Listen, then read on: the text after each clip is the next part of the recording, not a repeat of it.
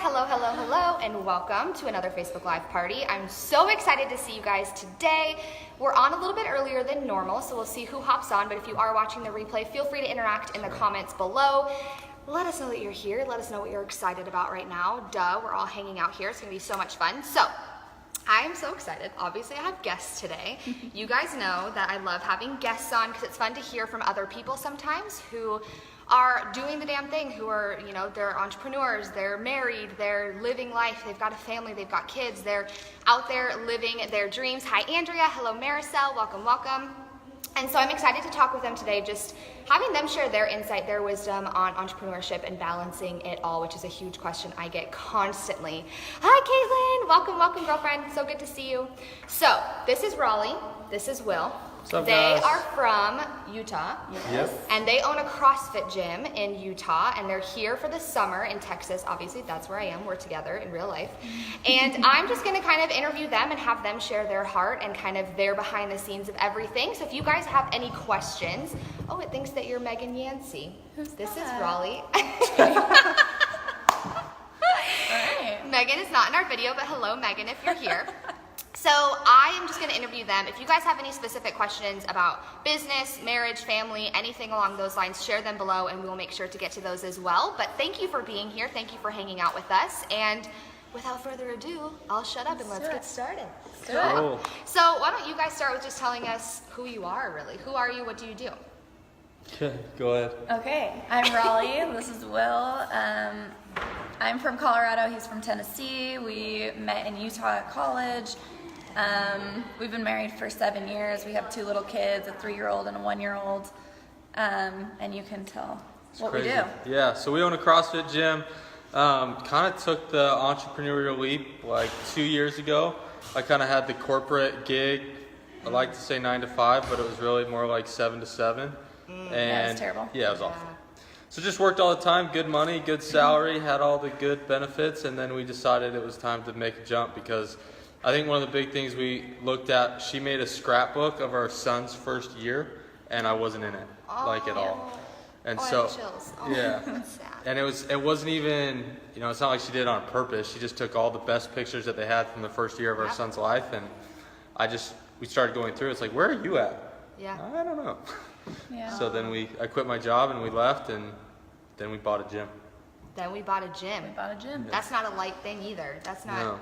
I started a business or anything like that. I bought a gym because there was a lot of risk and fear of failure and things there. And you had to kind of jump without really seeing where you were going to land. So what was that like? Were there any fears that kind of came up there? Anything? How did you guys conquer that, I guess? Yeah. We still haven't. We're still figuring that out. Yeah. Take it one day at a time.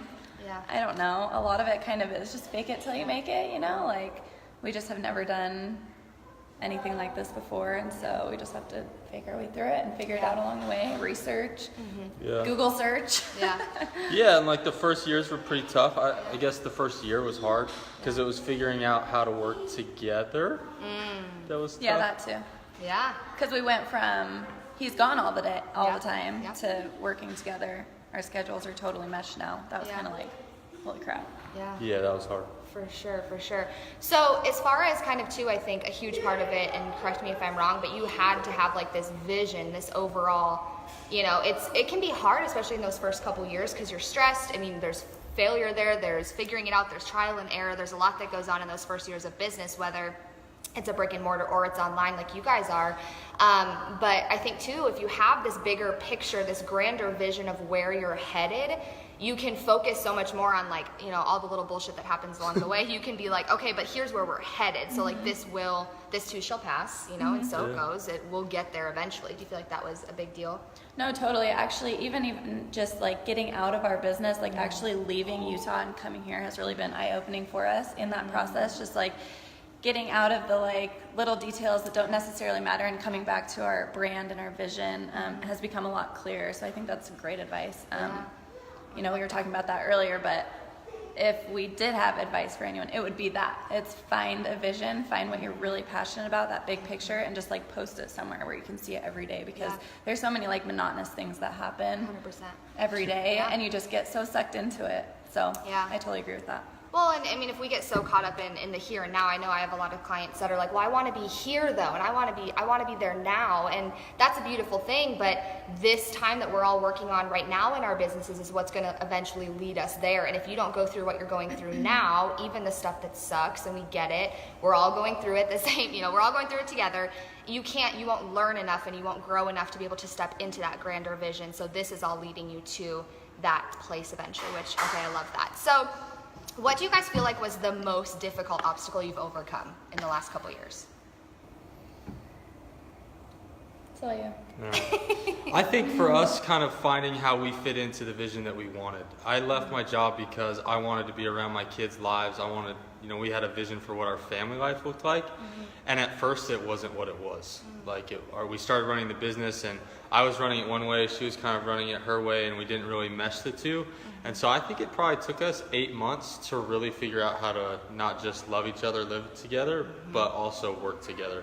Well, and I think a lot of it was like expectations. Like we go into this new business together, and we both have expectations of what that's going to look like. We're like, oh, our kids are going to be there every day. We're going to work together so great. It's going to be so happy. Yeah. And like the reality is it's not like that, Like Right. the kids are crying, and Yep. there's a lot of problems going on, and you're trying to talk to people, and we're in a customer service-based business, and so I think once we could let go of expectations and just like dive into like, okay, what's our plan here? Then we were able to work together a lot better. I love that. What role do each of you play as far as business, family, life goes? How do you guys kind of balance that?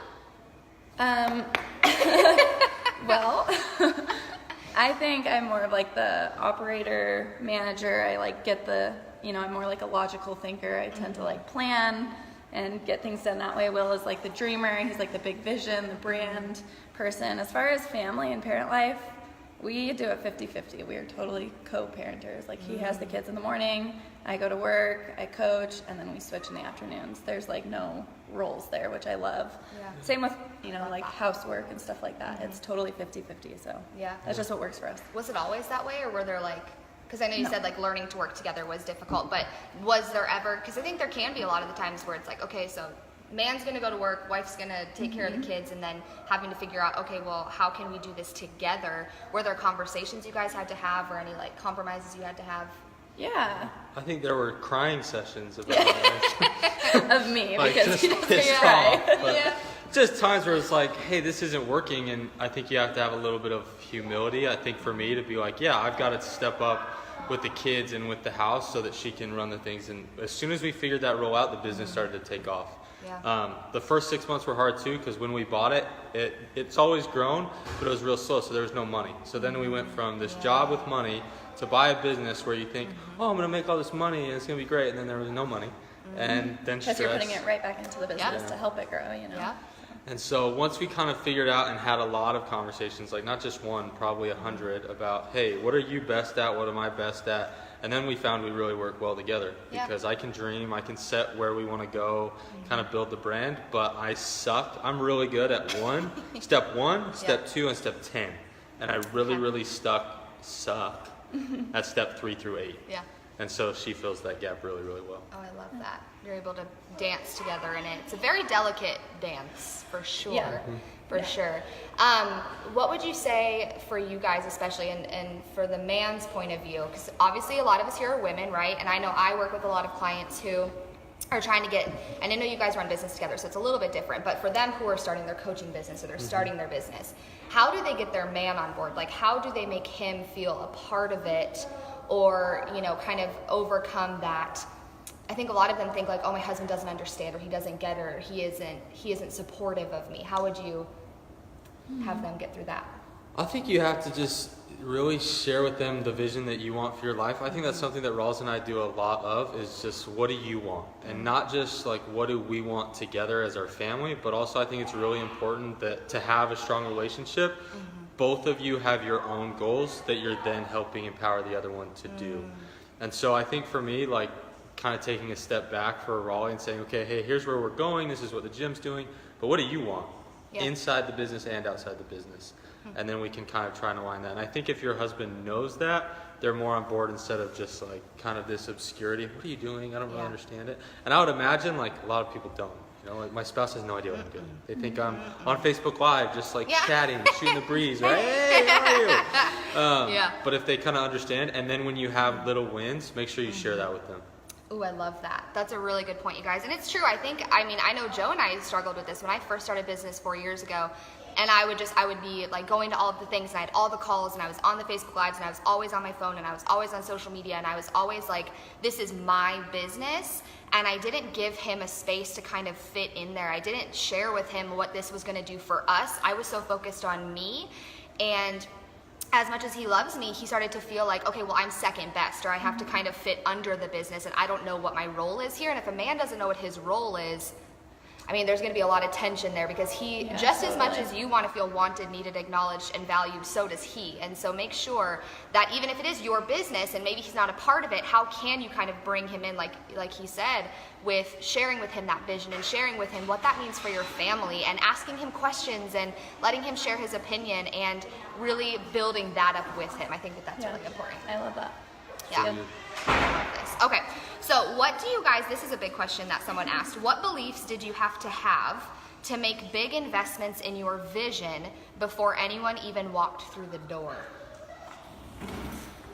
Okay, you're going to have to say that again. Okay, so what beliefs did you have to make big investments in your vision before anyone even walked through the door? Because building, especially a brick and mortar business, there's no money coming in. You have to have this vision. How did you get yourself to invest so much money before you even knew you were going to get any back?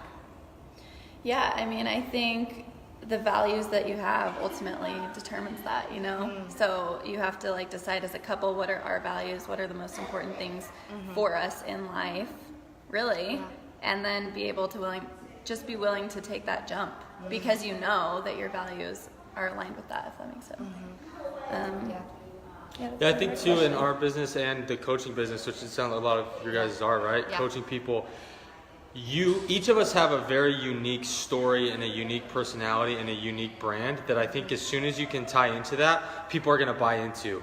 And the thing that I think sucks in our business and a lot of yours is some people don't like it. Yeah. Like some people don't like me. And that's hard sometimes because it's like, I have these values and I want to help people. I want to help people get fitter. I want to empower them to live the highest quality of life they can. Yeah. And then somebody comes in and is like, yeah, but I don't like you.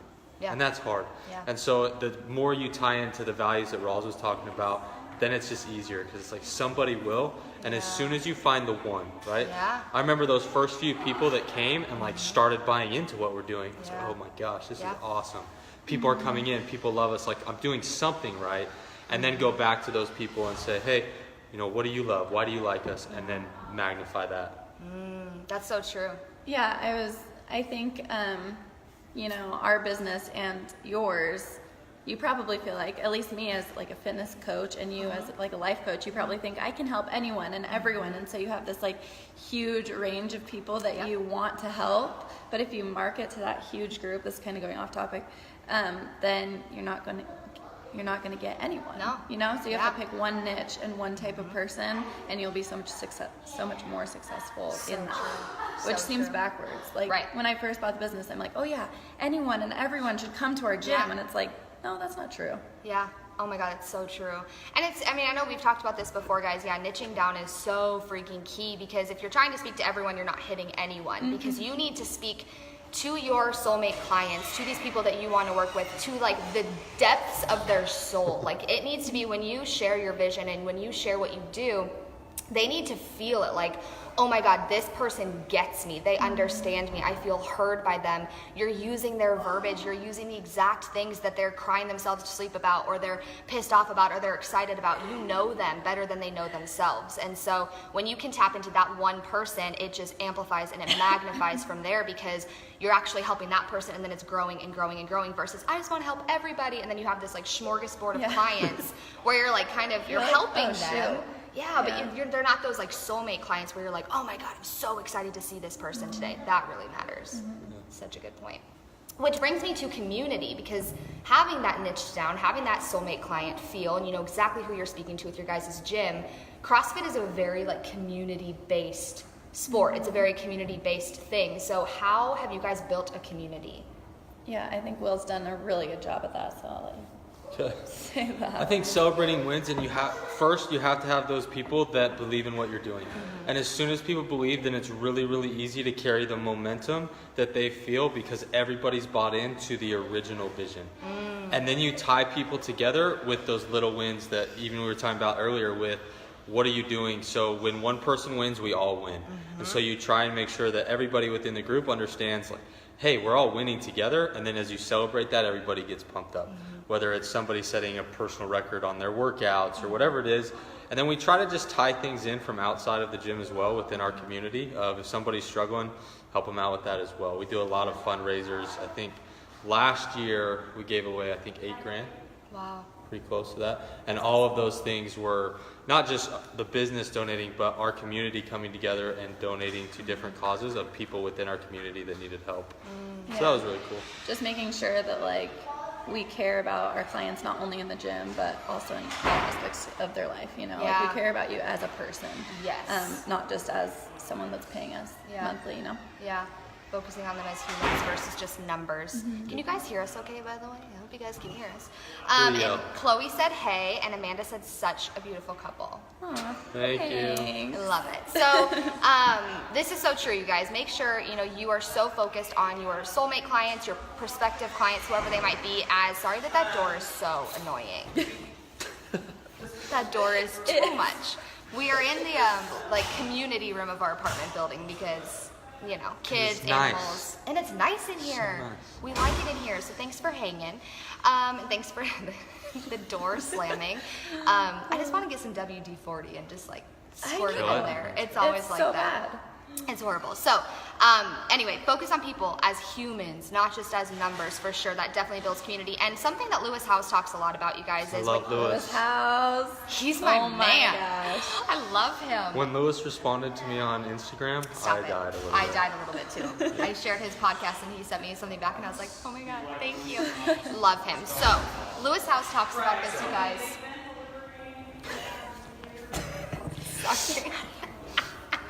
Lewis House shares something where when he sets goals every year, there's 3 different things, and maybe you guys know this: income, impact, and there's something else, and I can't remember it off the top of my head. I don't remember either. Well, okay, so what they're saying though is when you include your community and you include your clients in this overall vision you have of the impact that you're making, not just of the money that you're making and the fluffy vision too, and that's beautiful as well, and where you're headed, but really include them in the greater grand scheme of things and how you're there investing in you, them investing in themselves is going to impact the world. That's a really powerful piece you can tie in as well, which helps them feel like they're a part of something more, not just this one immediate instant gratification coaching session or something like that.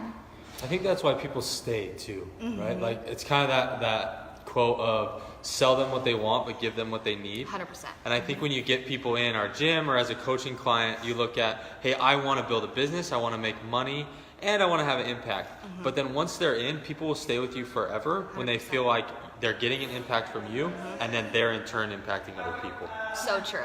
I told my coach the other day, I was like, just so you know, I think we're going to be together till I die. I just have this this weird feeling about it. So as we wrap up, I have 2 more questions for you guys. How do you do it all? That's a question I get all the time. How do you do it all? Because you've got 2 kids, marriage, obviously. You guys are going to go on a day date today, which I love. So they're still dating each other, still in love. Sometimes. Yeah, that's right? a new thing we're working on. Oh, I love that. Yeah, And we then- have not been good at dates or any dates. I can So only imagine there's a million other things happening. Yeah. You have to make it a priority for sure. Yeah. But also business. So what does Shauna say? Hey, just tuning in. Hey, girl. Hey, girl. What's hey. up? So how do you guys, that's the biggest question I get. We get that on every single time we say we're going to interview someone. People are like, how do they do it all? I know my answer for this, but I'm curious what your answer is. You go first, then I'll go second. just honestly realizing that you can't do it all and that you have to give and take, honestly. I every day we write down our top 10 goals every single day, and that just helps me have a vision for what I'm going to do that day. And today I knew it was this, and I knew that we needed to go on a date, so I know that I have to let my kids go for a couple hours, even though that's really hard as a mom to get a babysitter and get away from them. That's what's important for me today, and it switches daily, Yeah. So I don't know. Yeah, I think you got to realize too that you really can't do it all. Yes, that's my answer right? too. You Yes. can't. Like the bottom line is I want to do everything for the business, everything for Raleigh, and everything for my kids. And I struggle with this because it's like there is kind of a give and take. Like if I do everything for the business, I'm not being the dad or the husband I should be. And so there is a struggle that, you know, I think we all have of trying to find the balance. But one thing that's helped me is find the big dominoes in each one of those things. So if you think about dominoes, right? Whatever the biggest one is, as soon as it starts falling, it's going to knock all the little things down. So if I can kind of define my life into here's the gym, here's my other business, here's Raleigh, here's my kids, and here's me personally, what's the big domino I can hit every day? Where if I get that one thing done in each area, I'm going to feel like I was a success that day. And then kind of knock that down. I love that. I like that. Yeah, so true. And that's something that, I mean, I've said too, and you basically said this too with the give and take. You can't do it all. You know, you, as much as we want to believe, especially as women, and I know men feel this way too, but obviously I'm a woman, so, you know, I can speak for myself. But we feel like we're superheroes, and but she's doing it all, and look at how good she's doing it, and like, but she's the best mom, and I want to be like her, and you're doing this comparison thing, and you're trying to be everything to everyone, and really what you're doing is you're half-assing every area. So true. Versus like you're full, like I'm fully embodied in this moment. Like Yeah. I am here, I am present Being with present, my kids. Yeah. Present with my spouse, present in my business. So really figure out, like what needs to fall through the cracks sometimes. And it's gonna go in waves. There's gonna be different seasons where, you know, you might be like, I know I have a client right now, she's way focused on her kids this summer, and she's like, you know what, my business is gonna fall down a little bit just for now, but I'm gonna bring it back once they're in school again. That's awesome, that's great too, but maybe your business is your number one focus and you are having a nanny some days, or whatever it might be for you, just knowing that you're doing the best you can and give yourself some grace, and it doesn't have to be all or nothing. Yeah, absolutely. Just give it your best. Yeah, Yes. I love that. I love this. Yeah. Shauna says pure gold, and she also said Gold. something. Amen. We can't do it all. Harmony. It's so true. And you guys are like two pieces of the puzzle. And if your guys is like we kind of talked about, which we're gonna ask the final question in a second, but if your guys' spouse isn't supportive, maybe just sit down and like have this, go back to what we talked about with the vision. Sit down and share your vision for you guys with him, and just share that and see, give him space to dream too with you, and not just like, here's where we're going and this is what we're doing and I can't wait for it. Yay. No, like sit down with him and just ask him like, what do you think? Like, what do you see for us, you know? And I know when I asked Joe that, and he's like, I don't freaking know. So you have to give him time, give him a couple days, let him brew on it, and then have that vision, set that vision together, and then figure out your roles within that in this season and be able to kind of live in that harmony together, balance it out. I think there is stuff too there, right? Like it might take a minute to dig through all the things, but like there's stuff in there that you guys want to be as a couple and as a relationship. Like, and some of it's material stuff. Like we have this dream of this farmhouse that we want to buy. It's on 5 acres and we want it. And so like whenever things get real crappy for us, we can kind of talk about, well, what are we gonna do at the farmhouse? And it just kind of brings us both back to stuff. And it's kind of stupid. Like we might not buy it this year, but hopefully one day we will. But we have something to like dream about together. That's not our business, you know, because we do work together. It's like, let's talk about something other than business. So we like to do that. Just dream about something different. Love that. Yeah. Do you guys ever have like dates too where you're like not allowed to talk about business? You're not allowed to talk shop? Yeah, I got in that's bed today. last night and it was like, okay, stop talking. Yeah. And then we were there. It happens all the time. Like we have to make a conscious effort to not talk about work. Because we love work, but also we want to grow our relationships. Yeah. And what I want you guys to get is the whole point here, right? Like my whole thing that I do is I help women have the badass bank account and the badass relationship. And you can have both. It doesn't have to be one or the other, but you just have to figure out the trial and error and figure out the roles within it and figure out what needs to give and what you need to make more of a priority in all of this, and figuring it out from there. Give yourself grace. It takes time. I've been in this for 4 years and I feel like I'm just now kind of starting to figure it out. So And takes she time. is a badass. Yeah. I know you guys already know that, but she is. Thanks, guys. So what would you leave with anyone today who's starting a business, or maybe they've been in business for a while, but they're feeling like they're not getting anywhere, and they're frustrated, and they're stagnant, and they're stuck? What advice would you speak into them right now? Keep going. One of my mentors we were kind of messaging back and forth the other day, and he said, you know, the difference between people that make it and people that don't is just persistence. And people that make it kept doing the boring shit all the time. You know, like it's just boring. Some of the stuff that we do, right, just isn't as fun as the Facebook Lives and the talking and the being with clients and being in momentum. I think as entrepreneurial personality types, I learned this from a guy named Alex Sharfin, we thrive off of momentum. And so we get that from just working and doing things like this, being around our tribe. And some of the stuff just isn't all about that. And so just keep going in it. You'll make your break, and then be authentic to yourself. Yes. Don't try to be someone else. Don't try to be something. That's something. So we've known Olivia. How long have we known you now? Couple Not weeks. very long, right? Not very long. Not very long. A few weeks, yeah. And I was so impressed how everything she does is so authentic. What I met on day one versus what I saw on social media versus what we're talking about now, like Olivia's the exact same. And we've said this like 3 times you. about Yeah. her, right? Thanks, And I guys. think that's Yeah, why that's cool. she's taking off. That's why we buy into her, because you're so authentic. Don't try to be anybody but yourself, Yeah. and you'll win. You'll find your people. Yeah, Thanks, totally. guys. Yeah, that's so true, and that's what I talked about on Facebook Live yesterday, if you guys didn't catch that one, which, by the way, Facebook is deleting my live videos for some reason. Every now and again, they go missing. So what They're so good. Yeah, I don't know. I'm like, is someone reporting me? Like, I don't That's understand. Yeah, super weird. But if you guys watched it yesterday, I did talk about that being your superpower. It's you. Hi, Myra. Myra.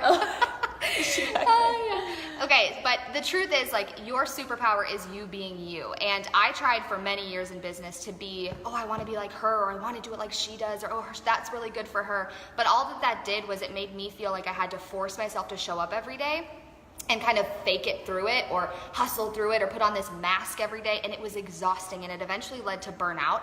I wasn't bringing clients in because I wasn't myself, and people could tell, they can feel that energy about you. So make sure at the end of the day, 100%, be authentic, be you, and if you don't know who you are, take time to figure it out before you go full force in business, because if you're just launching this mastermind because so-and-so launched a mastermind and you think that sounds like a good idea, but you don't even know who you are in it all, it's not gonna hit, and it's not gonna connect, and then you're just gonna get more burnt out and more overwhelmed and more frustrated. So give yourself time to figure out who you are, and then build your business from that being the foundation. Amen. Love Anything else? Final words? That's it. Thanks guys Thanks, for guys. hanging Good out. luck out there. Thanks for hanging out. Yeah, thanks for being here with us today, you guys. I'll be back for another Facebook Live party tomorrow.